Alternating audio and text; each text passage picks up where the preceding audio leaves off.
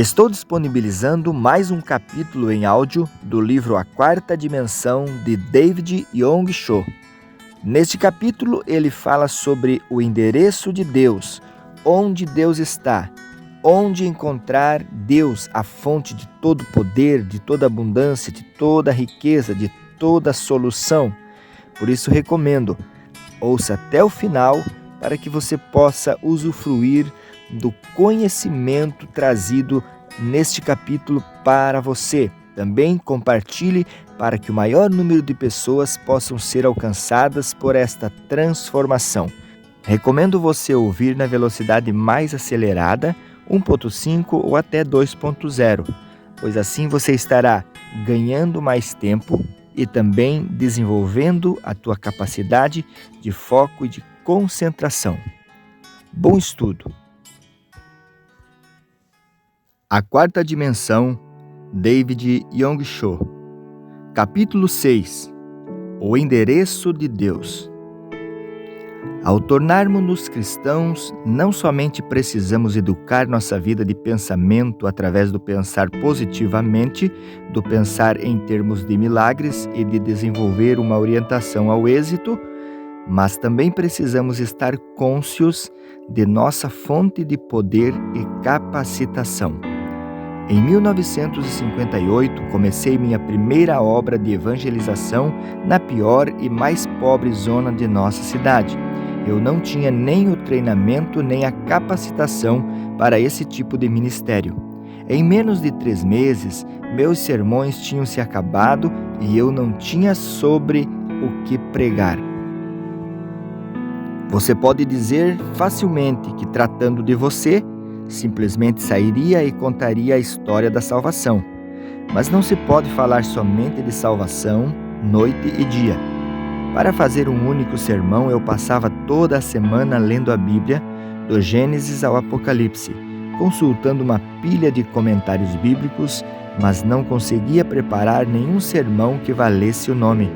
Esse problema fez-me sentir que não tinha sido chamado para o ministério. Os pobres de meu bairro não estavam muito preocupados com o céu ou com o inferno. Viviam procurando subsistir e sua preocupação e angústia era a sobrevivência. Não tinham tempo para pensar no futuro. Aonde quer que eu fosse, pediam-me arroz, roupas ou algum dinheiro para construir uma choça para se abrigarem. Mas eu não estava em melhores condições do que eles e também vivia em uma choça. Vestia-me muito humildemente e muitas vezes passava sem alimento. Não tinha para oferecer-lhes. Esta é uma situação desesperadora. Sabia que Deus tinha todos os recursos inimagináveis, mas essa época ainda não sabia como obter tais recursos. Havia momentos em que parecia estar muito perto do Senhor. Era como se o estivesse tocando. No dia seguinte, sentia-me completamente desamparado. Muitas vezes sentia-me muito confuso e perguntava-me se realmente estava vivendo a vida do Espírito. Dizia muitas vezes: ó Senhor, sei que estou em Cristo Jesus. Mas no final de um dia difícil, ao tentar orar, descobria que estava completamente fora de contato com Ele. De modo que eu dizia: Pai, estou confuso. Estou tantas vezes dentro e fora da tua pessoa que não sei conservar-te sempre comigo. Foi então que começaram minhas lutas a fim de encontrar a presença permanente de Deus. Os orientais, particularmente, requerem de sua fé religiosa o conhecer a habitação, o endereço do Deus que adoram. A maior parte dos orientais crescem sob a influência da adoração pagã e precisam da localidade do endereço de seu Deus a fim de ir adorá-lo. Quando eu era pagão e necessitava encontrar meu Deus, ia a um templo dedicado a ele e me ajoelhava perante sua imagem e dirigia-me a ele pessoalmente. No paganismo, a pessoa tem de saber o endereço de seus deuses. Mas ao entrar para o cristianismo, não pude localizar o endereço de nosso Deus. Isso sempre me trazia dificuldades ao coração. Na oração do Pai Nosso, sempre dizemos: Pai nosso que estás no céu. Pensava eu, onde é o céu? Bem, uma vez que a terra é redonda, para os que vivem do lado de cima, o céu está acima deles. Mas para os que estão do lado de baixo, o céu deve ficar abaixo deles. Por isso, sempre que mencionava Pai nosso que estás no céu, eu ficava confuso. Pai, onde estás? Perguntava. Estás aí? Aqui? Onde? Pai, por favor, dá-me teu endereço. Portanto, quando os orientais vêm para o cristianismo, tem uma luta real, pois não conseguem encontrar o endereço de Deus. Muitos vinham a mim perguntando: Pastor Cho, dá-me pelo menos uma visão geral ou até mesmo uma imagem de a quem nos dirigir. O Senhor pede que acreditemos em um Deus, mas onde está Ele? Na primeira parte do meu ministério, respondi-lhes: simplesmente falem com o Pai Celestial. Não sei o seu endereço nem localidade. Às vezes ele vem a mim e outras vezes não. Clamava a ele muitas vezes, pois não podia continuar esse tipo de pregação. Precisava ter um endereço definido, de modo que comecei a procurar o endereço de nosso Deus.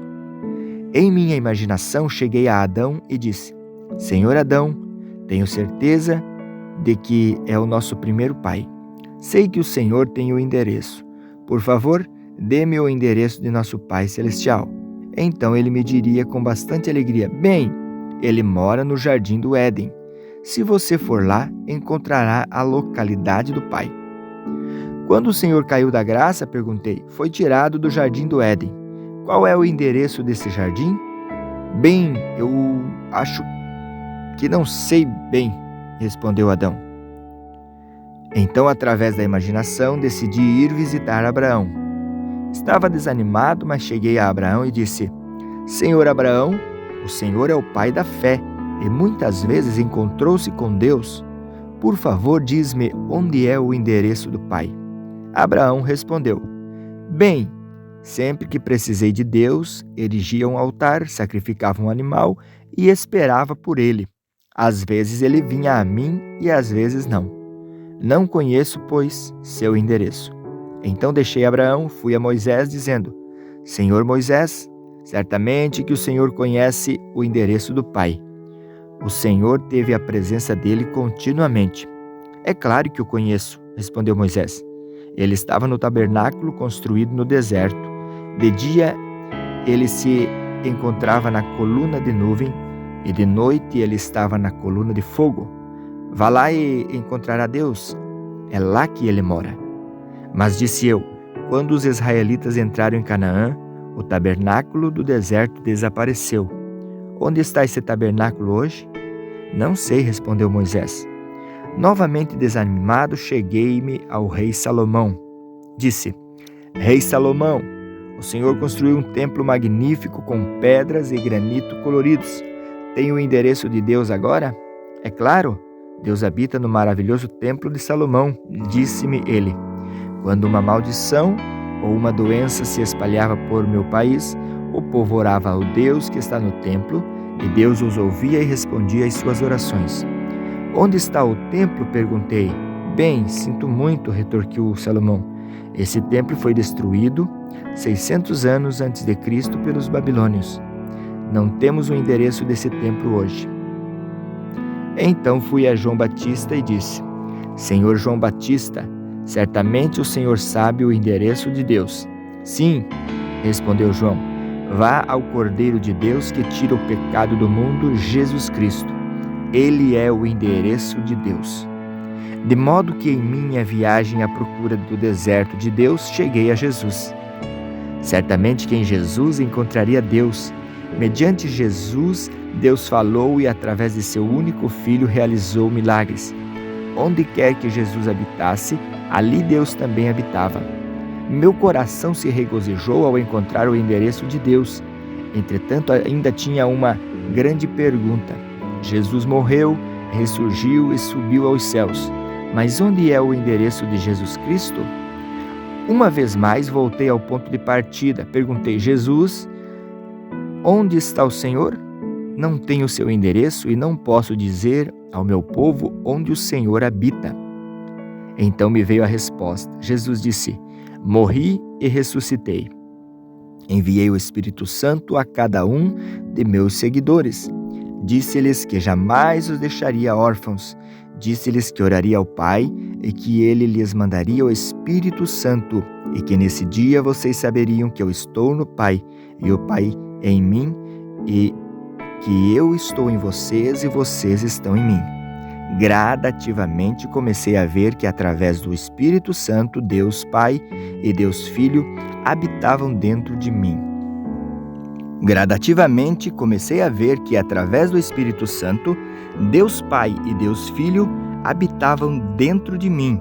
Li em 2 Coríntios que Deus nos selou e enviou o seu Espírito Santo para dentro de nosso coração. Encontrei o endereço de Deus. Descobri que seu endereço é o meu endereço. Então saí aos meus cristãos e comecei a pregar com audácia. Podemos encontrar a localidade de Deus. Agora descobri seu endereço. Seu endereço é meu endereço. Ele habita em mim com todo poder e autoridade. Através do Espírito Santo, Deus Pai e Deus Filho habitam em mim e vão comigo aonde quer que eu vá. Ele também mora dentro de vocês. O endereço dele é o seu endereço. Se vocês ficarem em casa, ele estará lá. Se forem para o trabalho, ele estará lá. Se seu trabalho for na cozinha, ele está lá. Deus habita em seu coração e seus recursos estão dentro de vocês. Irmãos, continuava eu, não tenho prata nem ouro, não tenho alimento, nem arroz, nem roupa, mas algo tenho para oferecer-lhes. Deus habita dentro de vocês. Aqueles que não possuem Deus em seu coração, venham a Jesus Cristo, recebam-no como seu Salvador pessoal, e o Criador do céu e da terra, com todos os seus recursos, habitará em seu coração. Ele satisfará a todas as suas necessidades. Ao ouvir esta mensagem, eles começaram a desenvolver sua fé. Este foi o ponto de partida de meu ministério e o fundamento sólido de minha vida de pregação. Até essa época estava tentando encontrar Deus, indo de um lugar para o outro. Quando evangelistas famosos vinham à minha cidade, corria para ouvi-los a fim de encontrar Deus. Às vezes ia orar em uma montanha ou em um vale.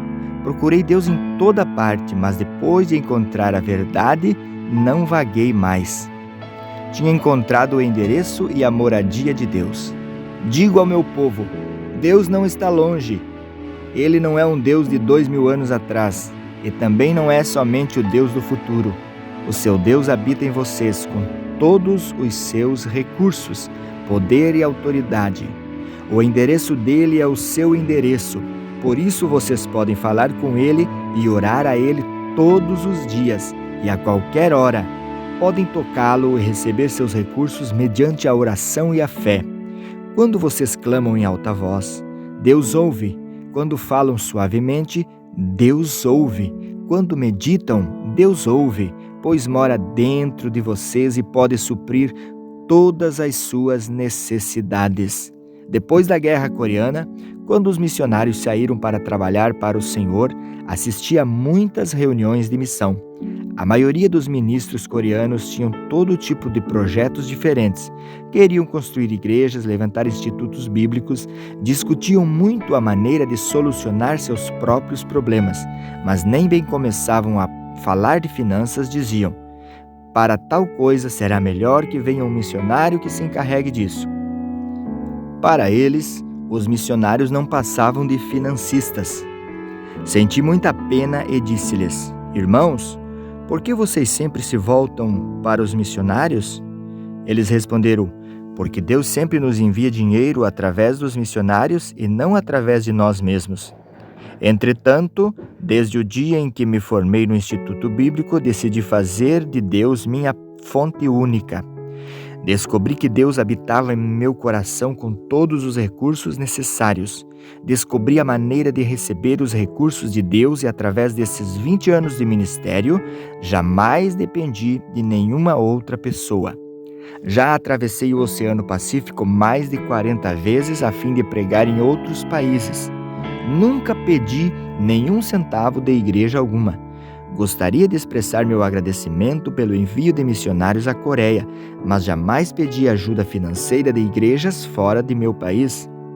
Sempre dependi de Deus e em todos os transes Ele supriu as minhas necessidades. Na construção da igreja, no envio de missionários de nossa igreja a outros países, na construção do Instituto Bíblico. Nesse instante estamos construindo o nosso novo Instituto Bíblico das Igrejas Assembleias de Deus coreanas. E minha igreja está contribuindo com $500 mil. Deus deveras supre todas as nossas necessidades. Desejo imprimir em seu coração o fato de que você possui os recursos de que precisa dentro de você nesse instante. Não amanhã, não ontem, mas nesse instante. Você possui Deus habitando dentro de você. Deus não está dormindo dentro de você.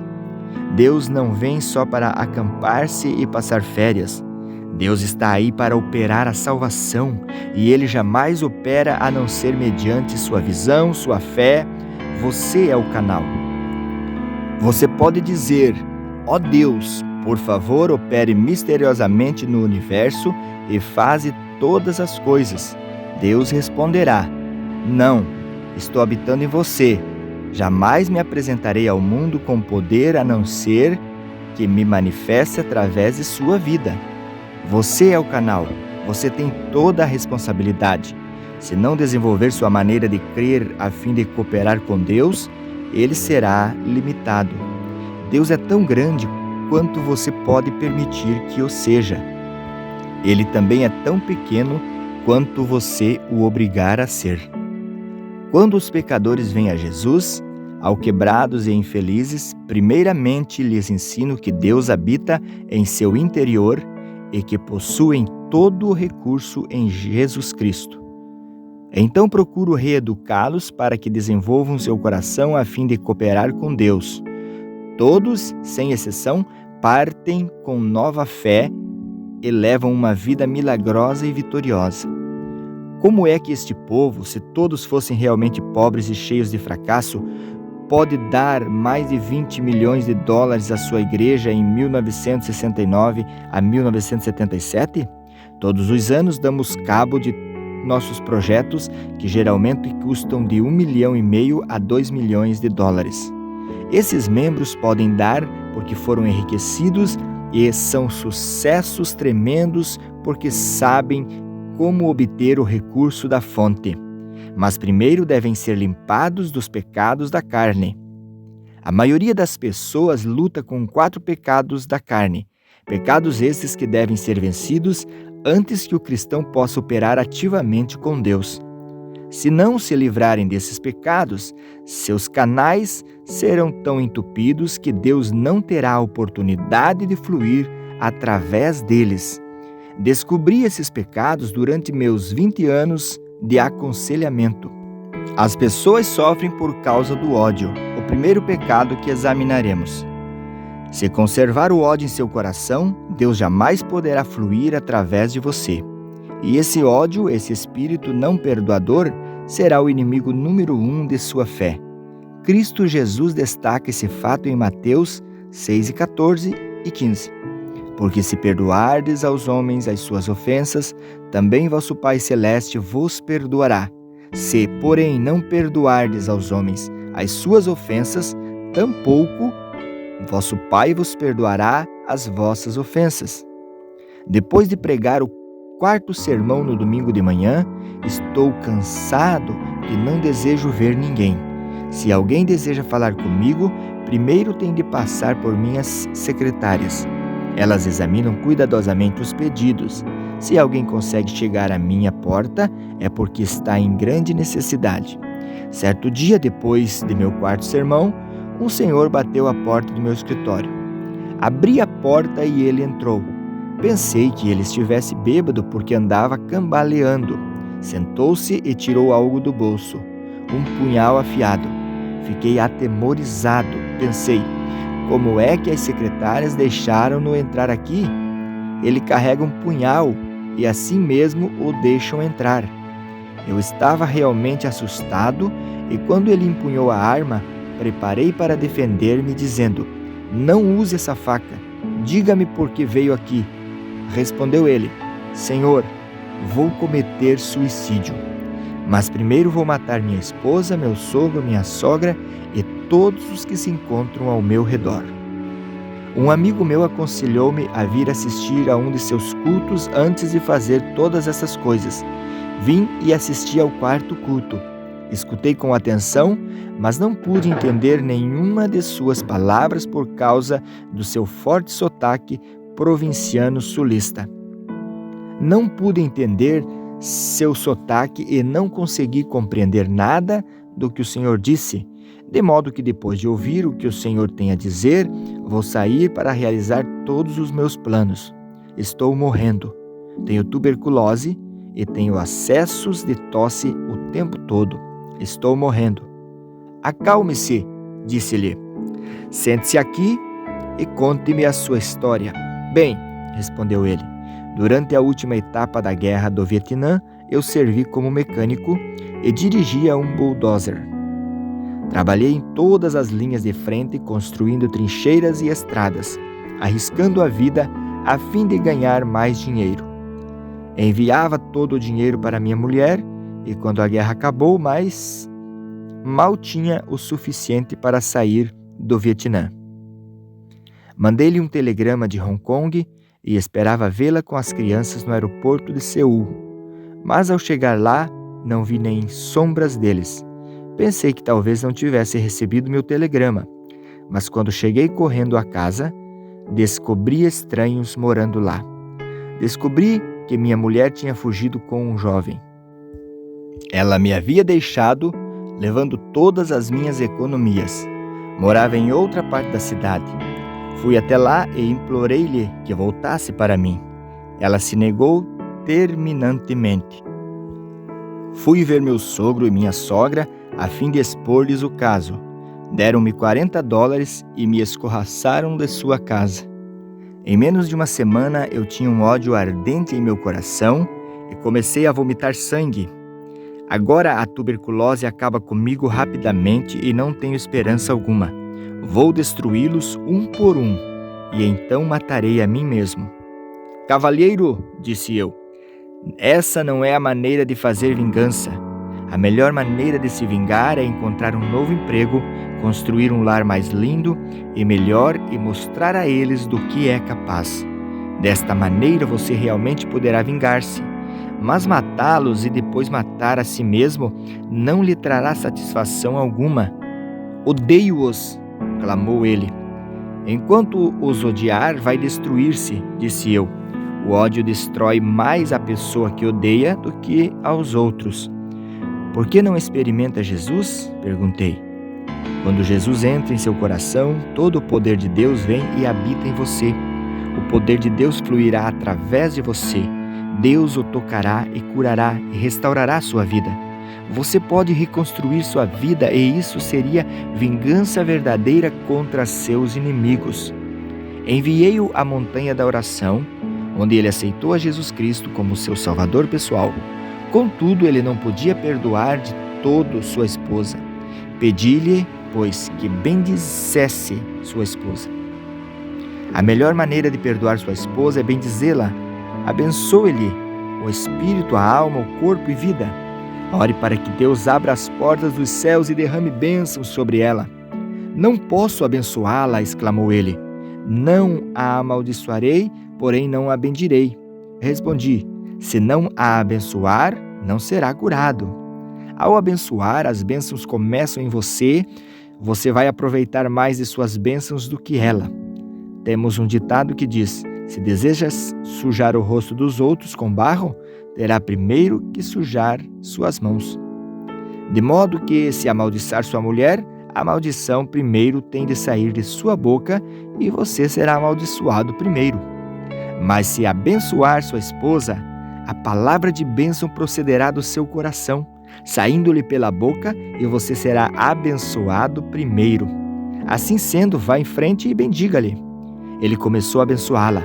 A princípio, por entre os dentes, orou, ó Deus, abençoa minha mulher, abençoa-a e dá-lhe a salvação. Ó Deus, dá-lhe a bênção. Ele continuou a bendizer-lhe e em menos de um mês foi completamente curado da tuberculose e sua vida foi transformada. O poder de Deus começou a emanar dele e sua face brilhava. Ao encontrá-lo um mês mais tarde, ele exclamou excitadamente: "Ó Pastor Cho, regozijo-me no Senhor. Louva a Deus porque agora realmente aprecio de verdade a minha esposa. Foi por ela ter deixado que encontrei Jesus. Oro por ela todos os dias, renovei minha licença para dirigir tratores. Tenho um novo emprego, estou construindo um novo lar e espero que minha esposa volte para mim." Este homem louvava o Senhor. Ele reconstruía sua vida através do poder de Deus que tinha começado a emanar de sua vida. Ele estava curado de espírito e corpo. Se não se livrar de seu ódio, não poderá entrar em contato com o Senhor. Quando você sair e pregar o Evangelho, deve ajudar as pessoas a compreender isso. Certo dia, uma professora veio ver-me. Ela era diretora de uma escola e sofria de artrite. Tinha ido a todos os hospitais, mas não tinha sido curada. Impus as mãos sobre ela, orei, repreendi a doença, gritei, fiz tudo o que podia, mas Deus não a tocou. Muitas pessoas tinham sido curadas na igreja, mas a despeito de tudo, ela não era curada. Afinal, comecei a desistir. Mas certo dia, o Espírito Santo disse: "Não grite, ore e repreenda. Não posso fluir através dela porque ela odeia o ex-marido." Eu sabia que ela se tinha divorciado 10 anos antes. Então, enquanto ela estava sentada à minha frente, eu disse: "Irmã, por favor, divorcie-se de seu marido." Ela olhou para mim e disse: "Pastor, o que o senhor quer dizer com divorciar-me do meu marido? Nós estamos divorciados há mais de 10 anos." Não estão, respondi-me. "Oh, sim", insistiu ela. "Sim", respondi. "É claro que estão legalmente, mas mentalmente você nunca se divorciou dele. Você o amaldiçoa todas as manhãs. Todos os dias você amaldiçoa e odeia. Em sua imaginação, nunca se divorciou de seu marido. Em sua mente ainda vive com ele, e esse ódio está lhe destruindo e secando-lhe os ossos. Por causa disso, sua artrite não tem cura. Médico algum poderá curá-la." Retorquiu ela: "Mas ele causou-me tanto prejuízo. Quando me casei com ele, ele nunca me arrumou um emprego. Esbanjou todo o meu dinheiro. Destruiu minha vida e depois foi viver com outra mulher. Como é que posso amá-lo?" Respondi: "Amá-lo ou não é problema seu, mas se não o amar, morrerá de artrite. A artrite somente será curada pelo poder de Deus. O poder de Deus jamais cairá do céu como um meteoro a fim de tocá-la e curá-la. Não", continuei, "Deus habita dentro de você e Ele vai emanar de seu interior e curá-la. Mas seu ódio impede o fluxo do poder de Deus. Por favor, comece a bendizer seu marido, bendiga seu inimigo e faça o bem a ele. Então aprenderá a amá-lo e criará um canal pelo qual o Espírito de Deus vai fluir e tocá-la." Ela tinha o mesmo problema do homem que sofria de tuberculose. Chorando, ela disse: "Não posso amá-lo, pastor. Por favor, perdoa-me. Não o odiarei, mas não o amarei." "Você não pode parar de odiá-lo se não o amar", respondi. "Veja seu marido através da imaginação. Toque-lhe e diga-lhe que o ama e abençoe-o." Uma vez mais ela relutava, de modo que fiz uma oração por ela. Ela chorava, mordendo os dentes, mas afinal começou a sentir amor por ele e, orando, pediu a Deus que o abençoasse, que o salvasse e que lhe desse todas as boas coisas. O poder de Deus começou a fluir através dela e ela foi tocada. Em menos de 3 meses foi libertada de sua artrite. Sim, Deus habita em você, mas se você não se livrar do ódio, esse arqui-inimigo, o poder de Deus não poderá fluir por meio do seu intermédio. Muitas pessoas vivem em temor. É nossa responsabilidade como cristãos ajudar essas pessoas a livrar-se desse medo. o segundo pecado nesse grupo de 4. Também já sofri de tuberculose. Sofri de tuberculose porque estava constantemente vivendo sob o temor da tuberculose. Na escola secundária, eu tinha uma aula na qual devia lidar com garrafas de álcool, com ossos e intestinos humanos. A simples vista dessas garrafas enchia-me de pavor.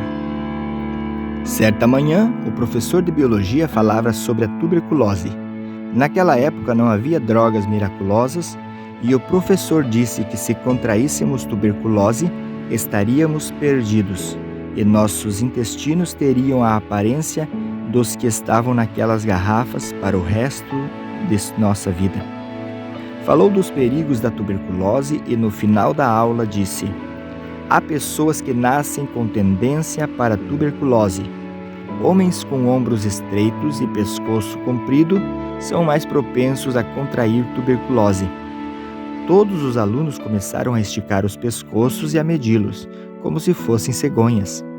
Olhando para meus companheiros, vi que eu tinha o pescoço mais comprido de todos. Imediatamente tive o pressentimento de que contrairia tuberculose.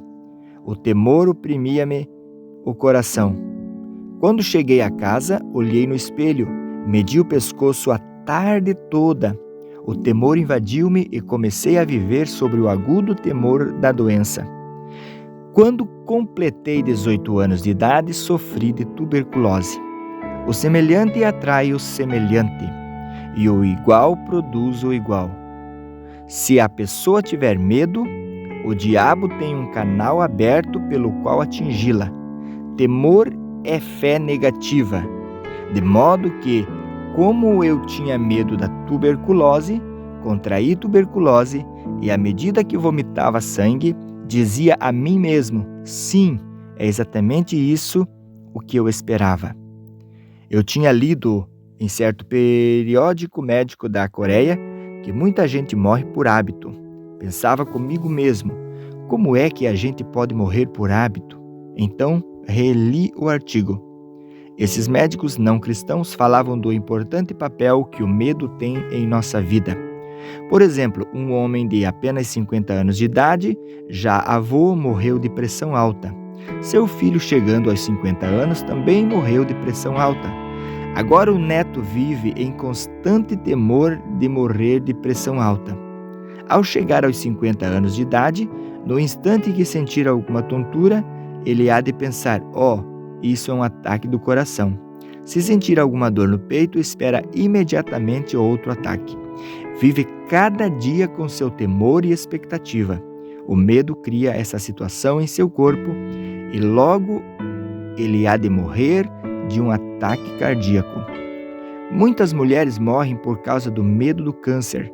Certa mulher poderia dizer: bem, minha tia morreu de câncer, minha mãe morreu de câncer, de modo que, com toda certeza, também morrerei de câncer.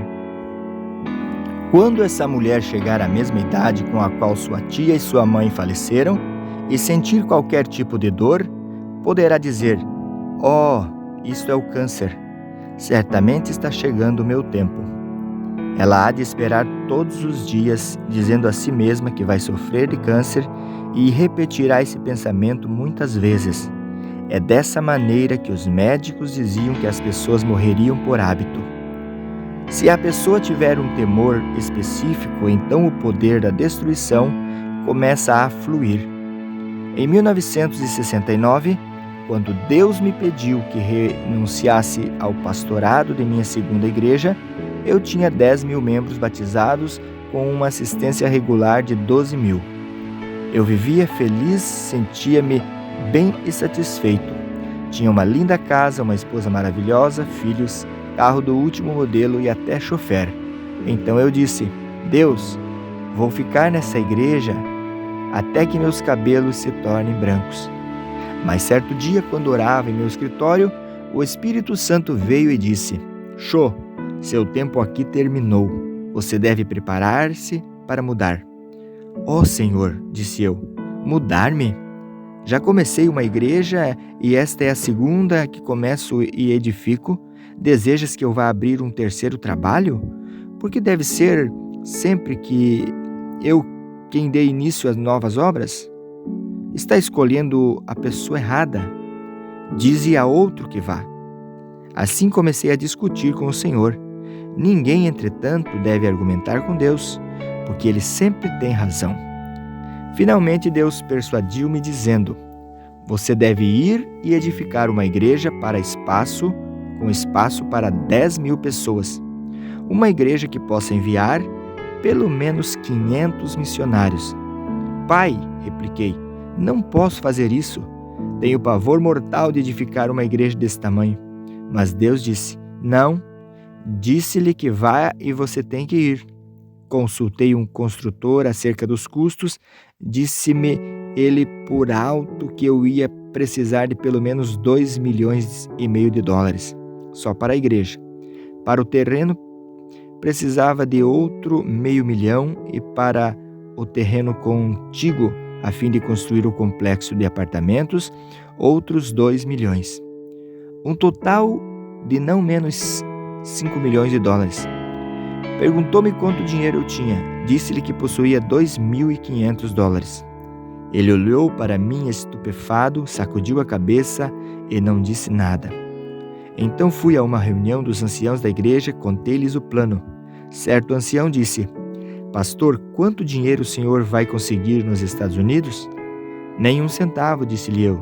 Disseram: o senhor é um bom homem, um ministro genuíno, mas não é homem de negócios. Não é assim que se constrói uma igreja e um complexo de apartamentos. Então reuni meus 600 diáconos.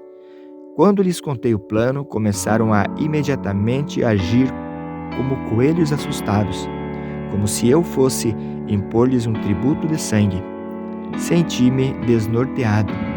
Estava cheio de medo. Fui ao Senhor. Senhor, ouviste todas as palavras dos anciãos e dos diáconos. Estão todos de acordo, de modo que o Senhor tem de pensar sobre este assunto de novo. Então o Espírito Santo falou ao meu coração: filho, quando foi que lhe pedi que fosse falar com os anciãos e com os diáconos?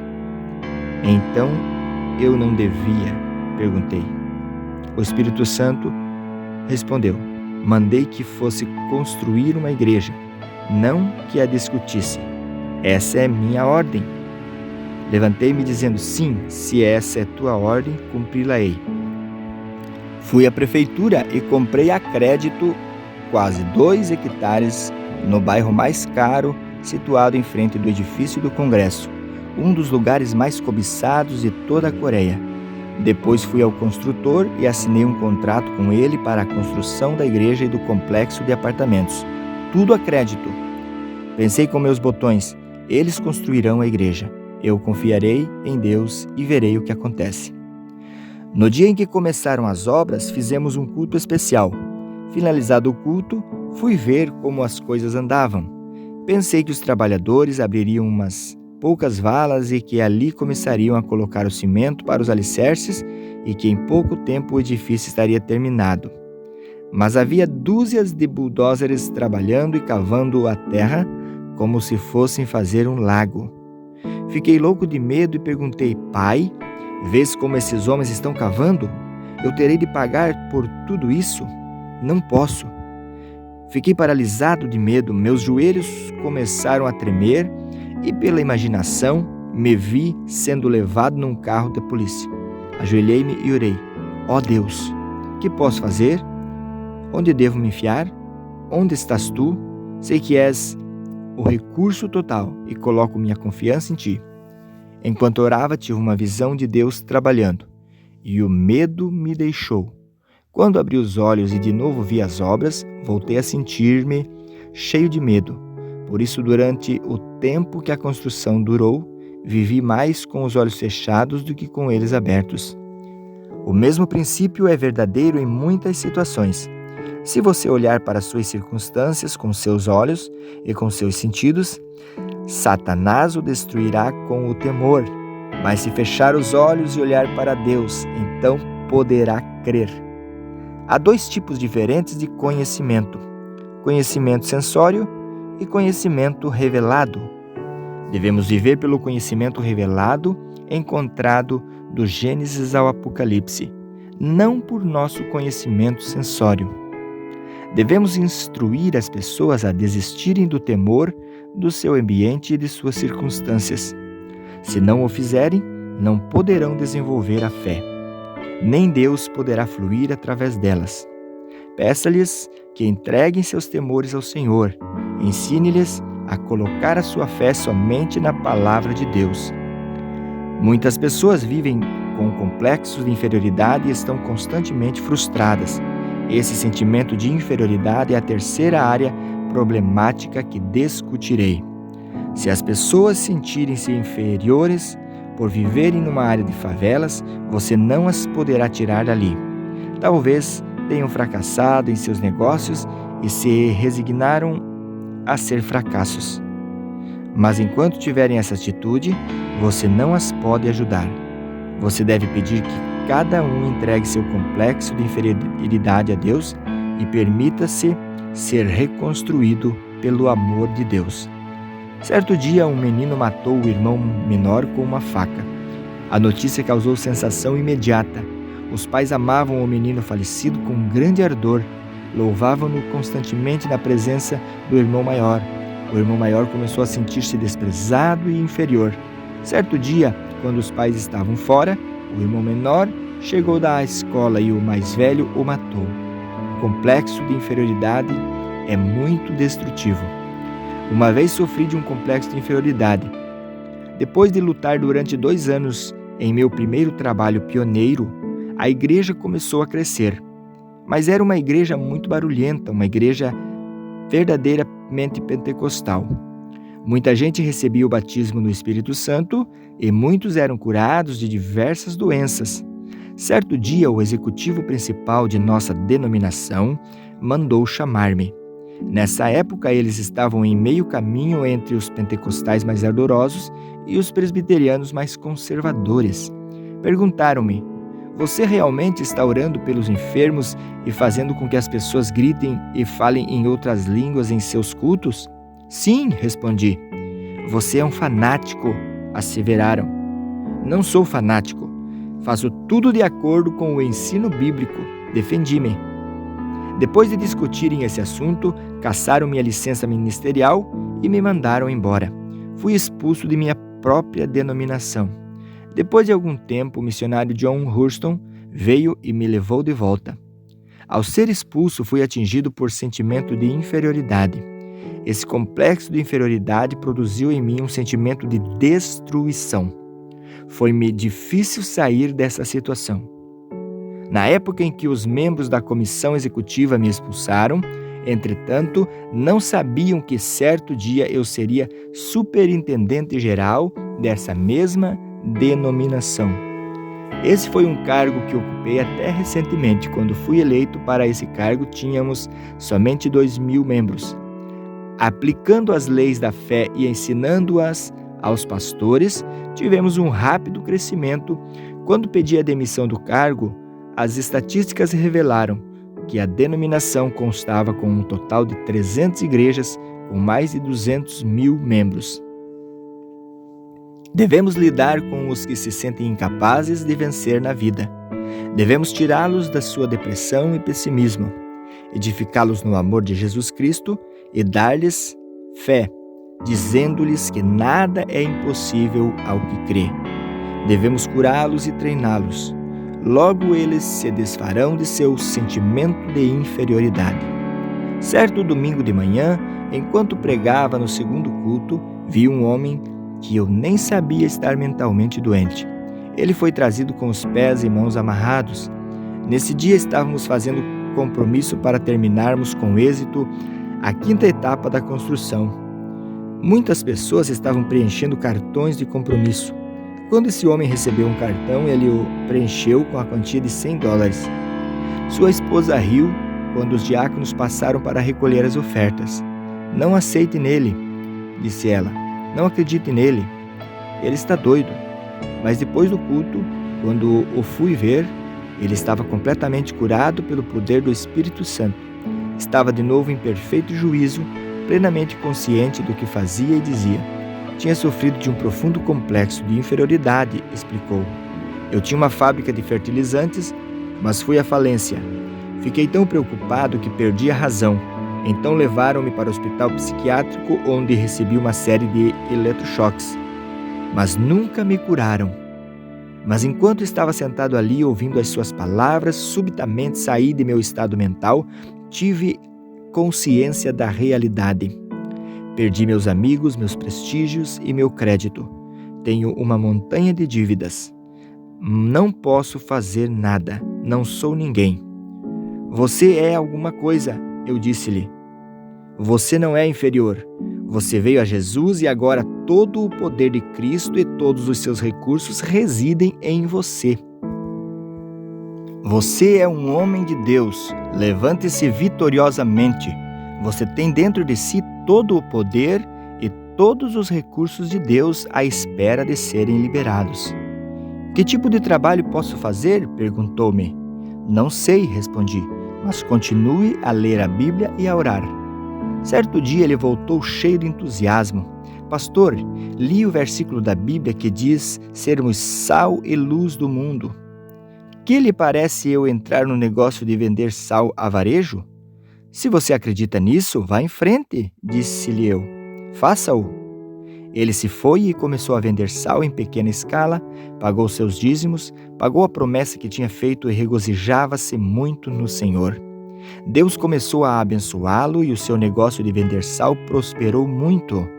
Com o passar dos tempos, ele construiu um grande armazém à beira do rio, onde colocou um capital de $50.000 em sal. Mas certa noite de verão choveu torrencialmente e pela manhã, quando me levantei, a área toda estava inundada. O armazém dele estava inundado. Fiquei apreensivo. Nessa tarde, depois de parada a chuva, corri à casa dele. Outros artigos e materiais podem ser recuperados depois de uma inundação, mas o sal é muito amigo da água. Ao entrar no seu armazém, vi que todo o sal tinha desaparecido. O homem, agora ancião da minha igreja, estava sentado no meio do depósito, cantando e louvando a Deus. Entrei sem saber se ele estava em perfeito juízo ou não. Cheguei-me a ele e perguntei: Você está bem ou está louco? Pastor, estou perfeitamente bem, sorriu ele. Não estou louco. Não se preocupe, perdi tudo. Deus o levou. Mas como o Senhor sempre tem me dito, os recursos todos estão dentro de mim. A água pode levar-me o sal, mas não pode desfalecer os recursos da presença de Deus que habita em mim. Posso fazer brotar esses recursos novamente através da fé e da oração. Espere só, dê-me um tempo, levantarei meus negócios de novo. Já não sofria de nenhum complexo de inferioridade, estava cheio de confiança. Hoje ele é um multimilionário e continua a vender sal. Também começou a fabricar relógios e tem a sua própria fábrica. Ele já me acompanhou a Los Angeles, a Vancouver, a Nova York e recentemente fez uma viagem à Europa. Este homem é somente um exemplo de como podemos ajudar as pessoas a se livrarem de seus sentimentos de inferioridade, dando ênfase a todos os recursos de Deus que estão à disposição. Muitas pessoas também sofrem de sentimentos de culpa.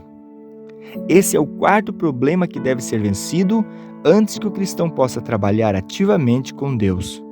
Pois enquanto a pessoa sofrer de culpa, Deus jamais poderá fluir através dela. Precisamos ajudar as pessoas a se livrarem de seus sentimentos de culpa.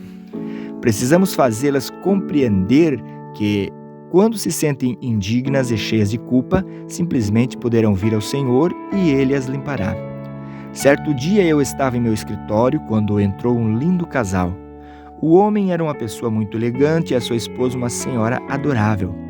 Embora essa adorável senhora tivesse mais ou menos 30 anos de idade, parecia velha, emaciada e quase nem podia abrir os olhos. O marido disse: Pastor, minha mulher está morrendo. Já tentei tudo, psicologia, psiquiatria e todos os remédios imagináveis. Sou rico, já gastei milhares e milhares de dólares com ela. Mas os médicos nada puderam fazer. Agora, desenganaram-na. Ouvi dizer que o Senhor realmente tem ajudado muita gente e que muitos foram curados. Disse-lhe que tudo isso era verdade e olhei para ela procurando o discernimento e a sabedoria de que ela precisava nessa situação. Orei silenciosamente. Senhor, ela veio até aqui. Agora o que faço? Imediatamente a voz suave de Deus falou. Ela sofre de uma doença psicossomática.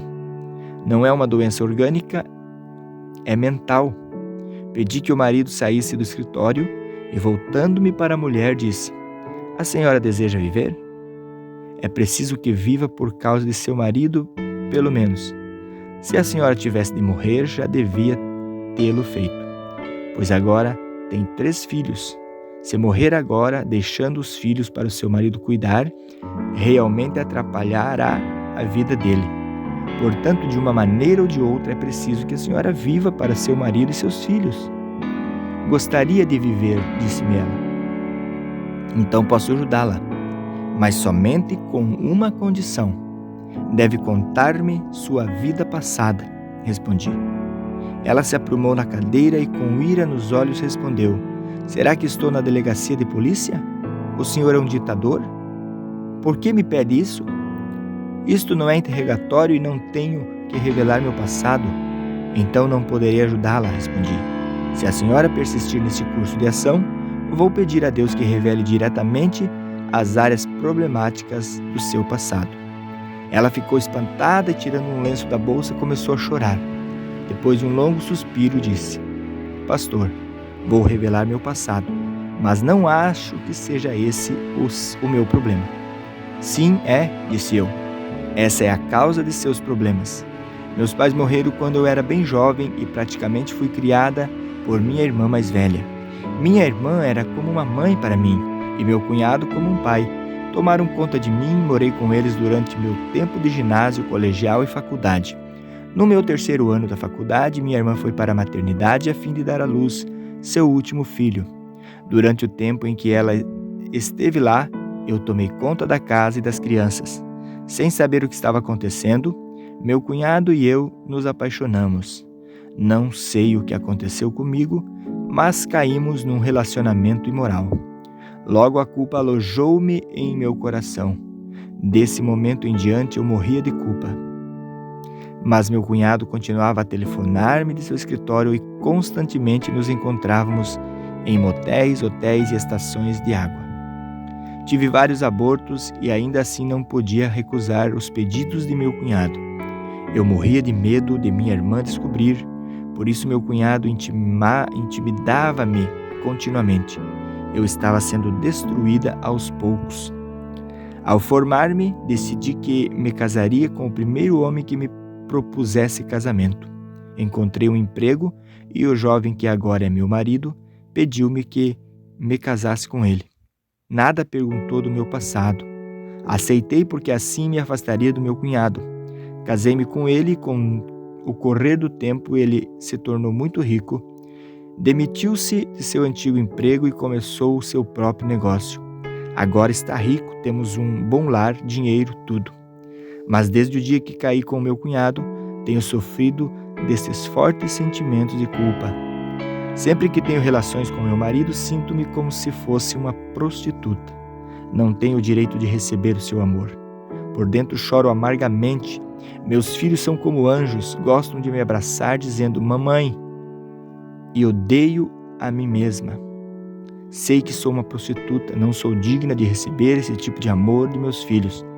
Não gosto de ver meu rosto no espelho e é por isso que me visto de maneira tão desleixada. Perdi o apetite e não sinto nenhuma felicidade ou alegria no coração. A senhora deve perdoar-se a si mesma, disse-lhe. Tenho boas novas para a senhora. Jesus Cristo veio e morreu na cruz pela senhora e pelos seus pecados. Nem mesmo Jesus pode perdoar os meus pecados, clamou ela chorando. Meus pecados são grandes e profundos demais para serem perdoados. Fiz de tudo. Todo mundo pode ser perdoado, menos eu. Enganei minha irmã e não posso confessar-lhe o que fiz. Isso prejudicaria sua vida toda. Indaguei silentemente, Senhor, como posso ajudá-la agora? Tens de ajudar-me. Então ouvi uma voz suave cessiu em meu coração e subitamente ocorreu-me uma ideia. Irmã, feche os olhos. Pedi-lhe fazendo o mesmo. Vamos até um lago lindo e silencioso. Agora estamos assentados à margem do lago. Há muito cascalho ao nosso redor. Tenho na mão uma pedrinha de cascalho. Por favor, apanhe uma pedrinha grande. Joguemos o cascalho e a pedra dentro do lago. Vou jogar primeiro. Segura a pedrinha e jogue-a no lago. Ouviu o barulho da água? Um leve murmurio e umas ondas. Onde está minha pedrinha agora? Foi para o fundo do lago, respondeu ela. Certo, respondi. Agora é a sua vez, jogue a sua pedra. Sim, a senhora pode jogá-la, muito bem. Qual foi o barulho dela? Foi grande e formou grandes ondas, respondeu ela. Mas onde está a sua pedra? Perguntei. No fundo do lago, respondeu ela. Bem, parece que ambas as pedras foram para o fundo do lago quando as jogamos. A única diferença foi o ruído e as ondas.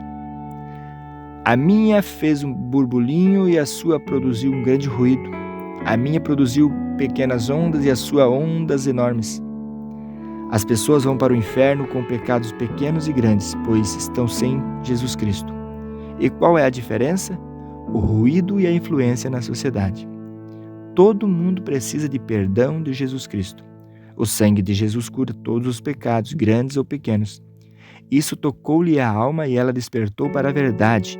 Quer isso dizer que Deus pode perdoar os meus pecados? É claro, respondi. Ela afundou-se na cadeira chorando e estremecendo-se. Tentei encorajá-la, mas ela continuou a chorar.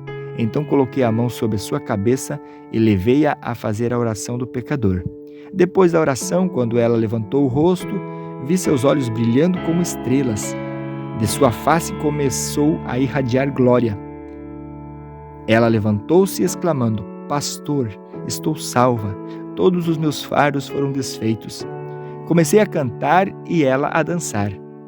Até este momento ela nunca tinha dançado de alegria perante o Senhor, mas naquele dia ela pulava e dançava, fazendo tanto barulho que o marido escutou e correu para ver o que se passava em meu escritório.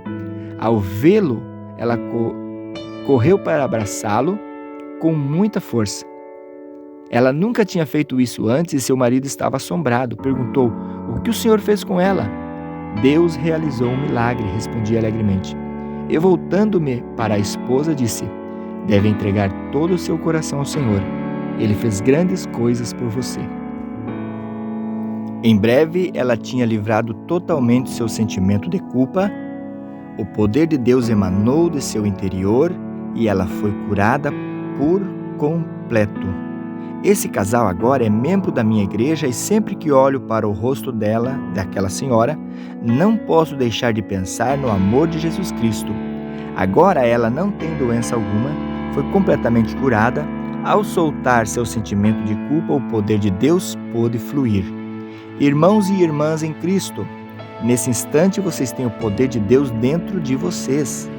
Podem recorrer a esse poder para seus gastos, suas roupas, seus livros, sua saúde, seu negócio, tudo.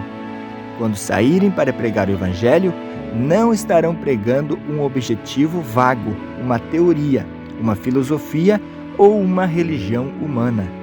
Na verdade, estarão ensinando as pessoas a destapar o manancial inesgotável dos recursos morais e espirituais. Estarão dando Jesus para as pessoas e, por meio de Jesus, Deus vem e habita em seus corações.